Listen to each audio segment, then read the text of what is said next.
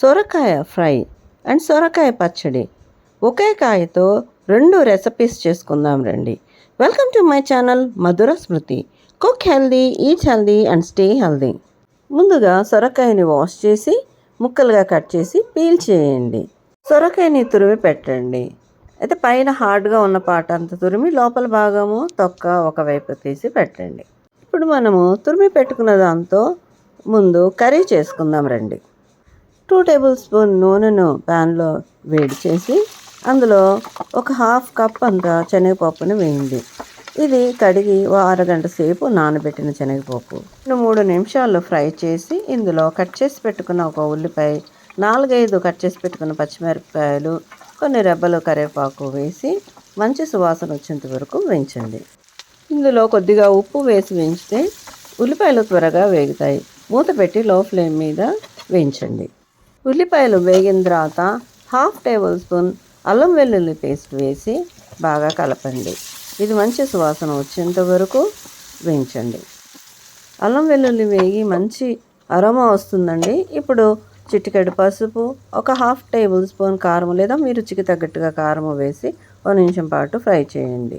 ఇప్పుడు తురిమి పెట్టుకున్న సొరకాయని వేసుకుని బాగా కలపండి. మూత పెట్టి లో టు మీడియం ఫ్లేమ్లోనే కుక్ అవ్వనివ్వండి. సొరకాయలో వాటర్ కంటెంట్ ఎక్కువగా ఉంటుంది కాబట్టి అందులో ఉన్న వాటర్ ఇంకిపోయేంత వరకు ఉడికించండి.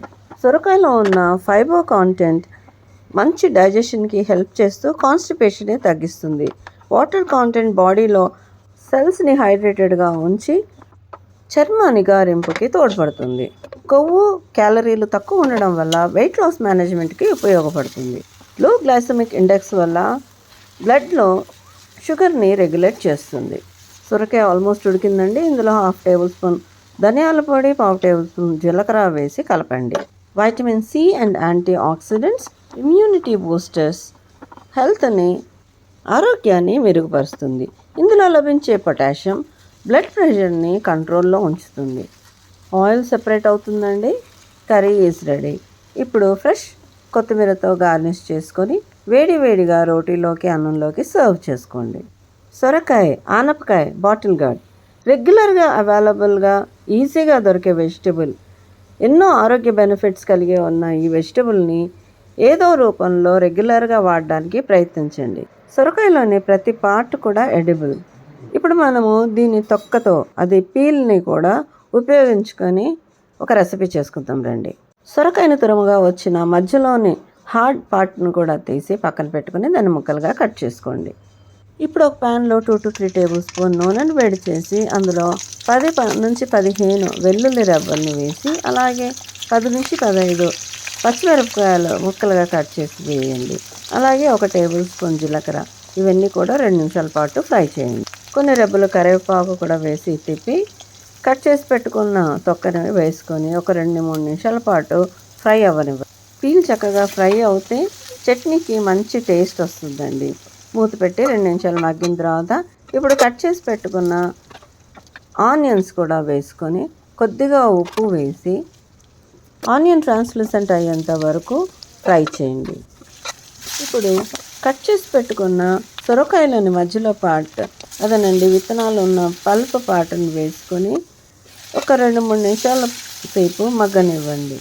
అందులో వాటర్ కాంటెంట్ పోయి చక్కగా ఫ్రై అయిన తర్వాత చిటికెడు పసుపు వేసి ఫ్రై చేసి కట్ చేసి పెట్టుకున్న 4-5 టమాటాలను కూడా వేసి ఇదంతా సాఫ్ట్గా ఉడికేంత వరకు లో టు మీడియం ఫ్లేమ్లోనే మగ్గనివ్వండి. మాడిపోకుండా మధ్యలో మధ్యలో కలుపుకుంటూ తిప్పుకుంటూ ఉడకనివ్వండి. టమాటాలు చక్కగా మగ్గిపోయాయండి. ఇప్పుడు చిన్న నిమ్మ సైజ్ అంతా చింతపండును కడిగి దీంట్లో వేసేసి మూత పెట్టి స్టవ్ ఆఫ్ చేయండి. చల్లారిన తర్వాత గ్రైండ్ చేసి పక్కన పెట్టుకోండి. ఇప్పుడు చట్నీకి తాలింపు పెట్టుకుందాం. దీనికి 2 to 3 table spoon oil heat చేసి క్రష్ చేసిన 2-3 వెల్లుల్లి వేయండి.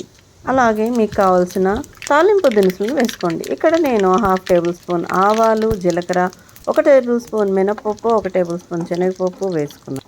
ఈ ఇంగ్రీడియంట్స్ లో ఫ్లేమ్ మీద వేయించి కొన్ని రెబ్బలు కరివేపాకు, 2 ఎండుమిరపకాయలు కూడా వేసి 1 నిమిషం పాటు ఫ్రై చేసి ఇప్పుడు హాఫ్ టేబుల్ స్పూన్ ధనియాల పొడి, చిటికెడు ఇంగువ వేయండి. ఇంగువ ఆప్షనల్.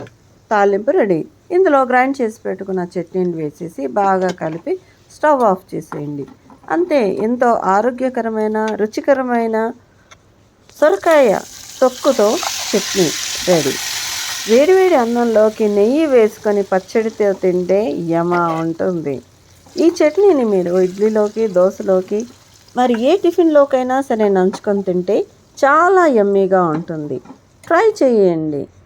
2 రకాల రెసిపీలు ఒకే సొరకాయతో చేసుకున్నామండి. మీరు కూడా ట్రై చేయండి.